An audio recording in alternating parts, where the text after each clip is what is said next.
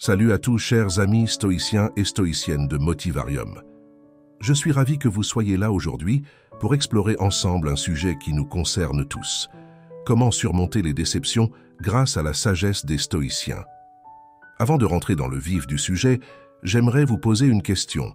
Vous est-il déjà arrivé d'être profondément déçu par un événement ou une personne et de vous demander comment surmonter cette épreuve? Si oui, sachez que vous n'êtes pas seul. La déception fait partie intégrante de la condition humaine et nous y sommes tous confrontés à un moment ou à un autre de notre existence. Mais rassurez-vous, nous ne sommes pas démunis face à cette épreuve.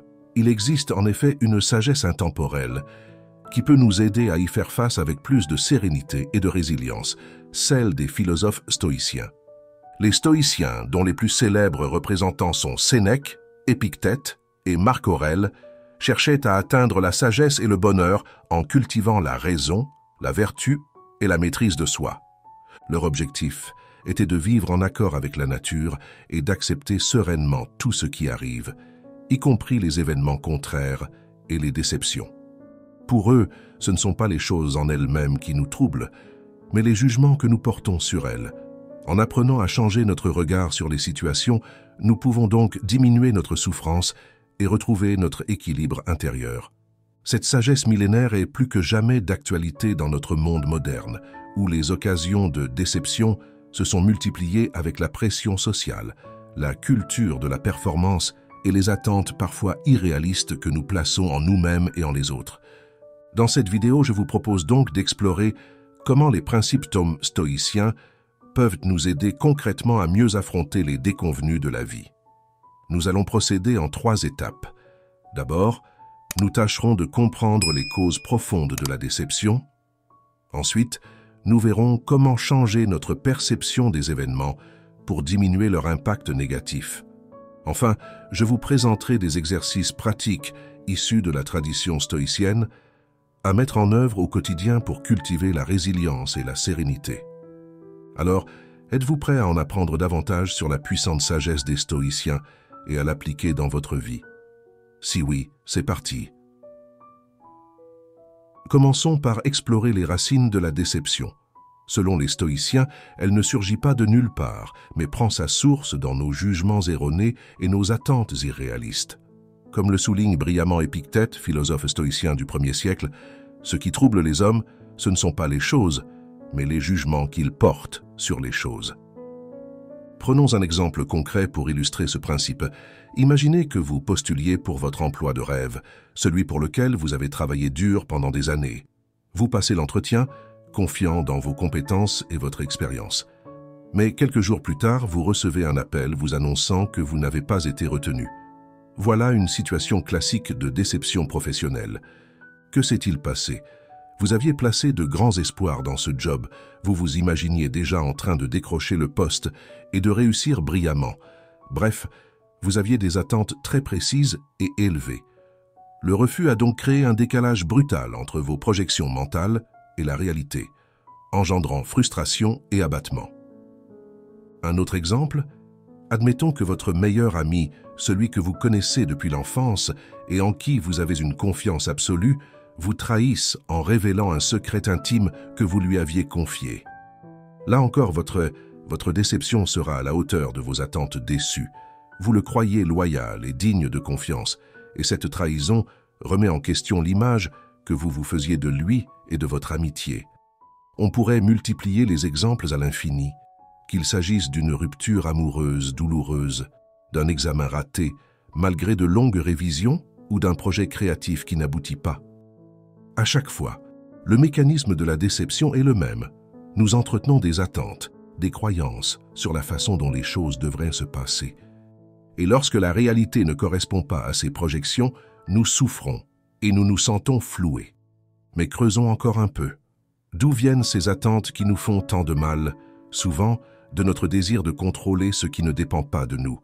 Nous voudrions maîtriser tous les aspects de notre vie, notre réussite professionnelle, nos relations, la façon dont les autres nous perçoivent. Or, c'est impossible. Comme l'écrivait Marc Aurèle, il y a bien peu de choses qui dépendent de nous, à savoir nos jugements, nos tendances, nos désirs et nos aversions, en un mot, toutes nos actions. Vouloir régenter ce qui échappe à notre contrôle, c'est courir droit à la frustration et à la déception. C'est un peu comme tenter de remonter un torrent à contre-courant. On s'épuise en vain dans une lutte perdue d'avance.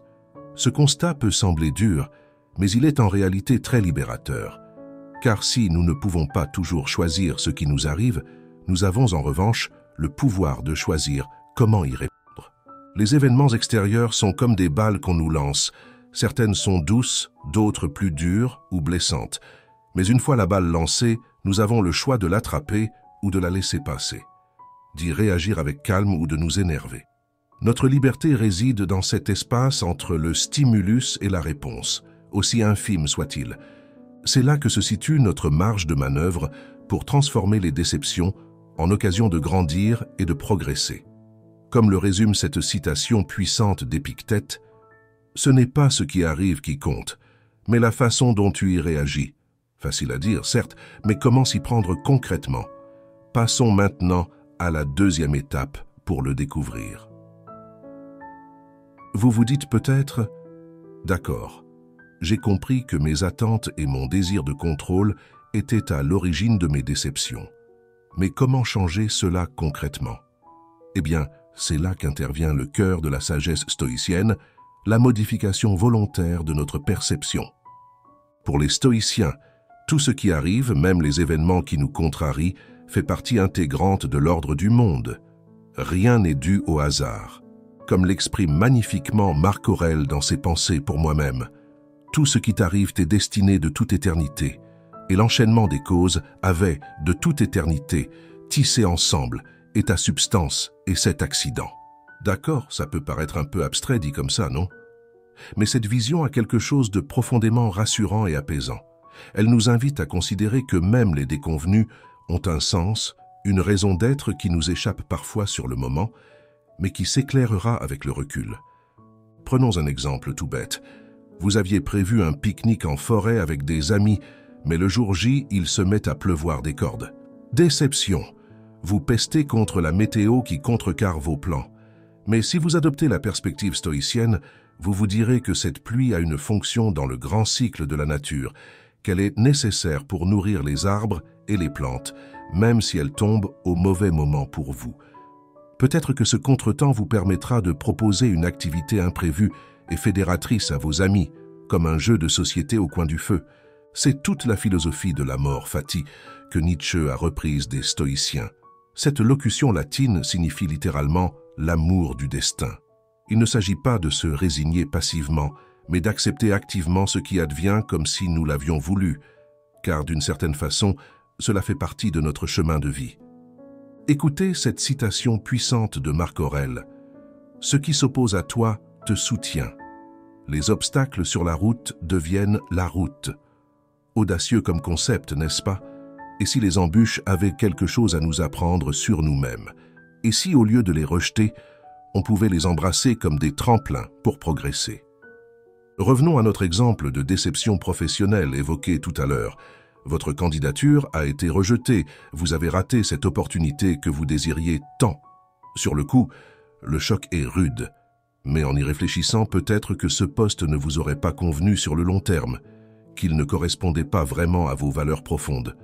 Peut-être que cette déception vous invite à réorienter votre carrière vers un secteur plus en phase avec qui vous êtes, à définir plus finement vos priorités. Peut-être aussi qu'elle vous offre l'occasion de développer des qualités comme la persévérance, la résilience, l'humilité. Le plus important à retenir, c'est que ce changement de perception ne se fait pas en un claquement de doigts. C'est un entraînement de tous les instants, un choix sans cesse renouvelé de déplacer son regard. Il ne s'agit pas de positiver à tout prix de façon artificielle, mais bien de travailler son logiciel mental pour le rendre plus flexible et adaptable.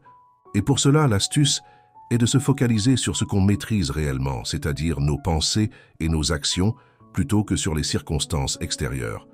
Au lieu de se morfondre sur un événement qu'on ne peut pas changer, on oriente ses efforts vers des variables sur lesquelles on a prise, le sens qu'on donne à l'expérience, les enseignements qu'on en retire, la façon dont on rebondit.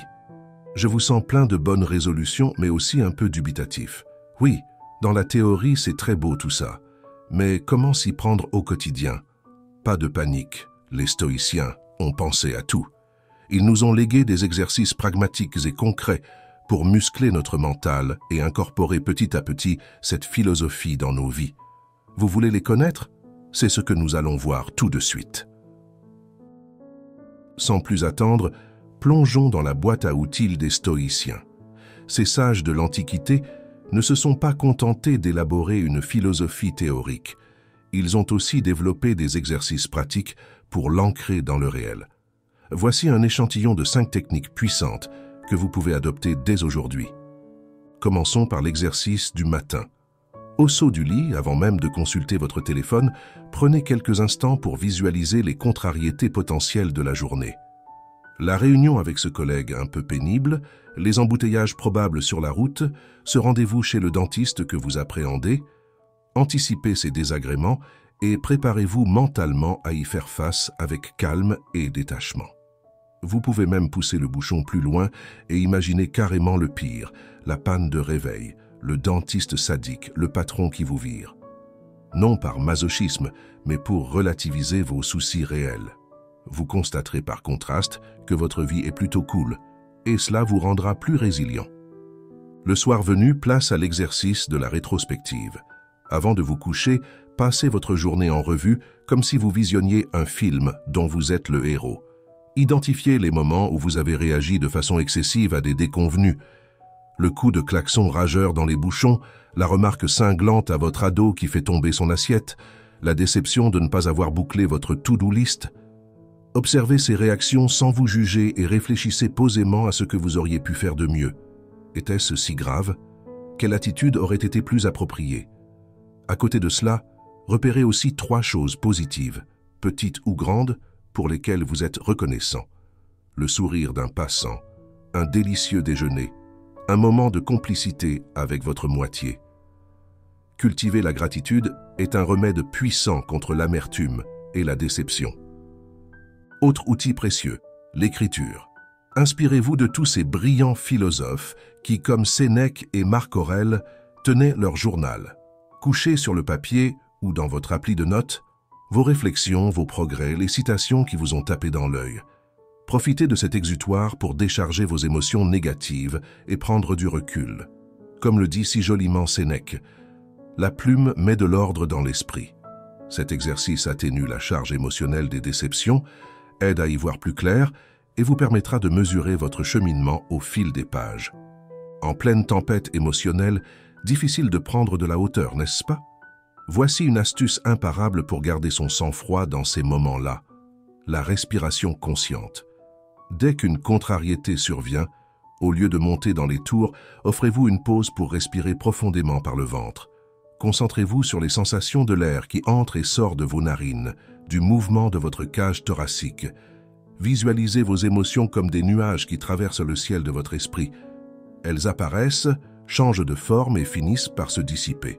Cette technique toute simple permet de couper l'emballement mental et de réagir de façon plus posée. Enfin, le dernier exercice est le plus radical et le plus déstabilisant, mais c'est un classique des stoïciens. Le memento mori consiste à garder à l'esprit que nous sommes mortels et que notre temps sur Terre est compté. Pas très jojo comme idée, je vous l'accorde, mais en réalité, en cultivant cette conscience de la finitude, on apprend à relativiser l'importance de chaque déception. Est-ce que ce râteau amoureux aura encore de l'importance dans 10 ans? Est-ce que cette promotion ratée mérite de gâcher ma semaine alors que ma vie défile à toute berzingue? Marc Aurèle nous le rappelle dans cette sentence qui file la chair de poule. Bientôt, tu ne seras plus nulle part comme Adrien et Auguste. Alors vivons pleinement. Waouh, ça fait beaucoup d'un coup, vous ne trouvez pas? Rome ne s'est pas faite en un jour et on ne devient pas un sage stoïcien en une semaine non plus. Mais je vous invite à choisir au moins un de ces exercices et à le mettre en pratique régulièrement.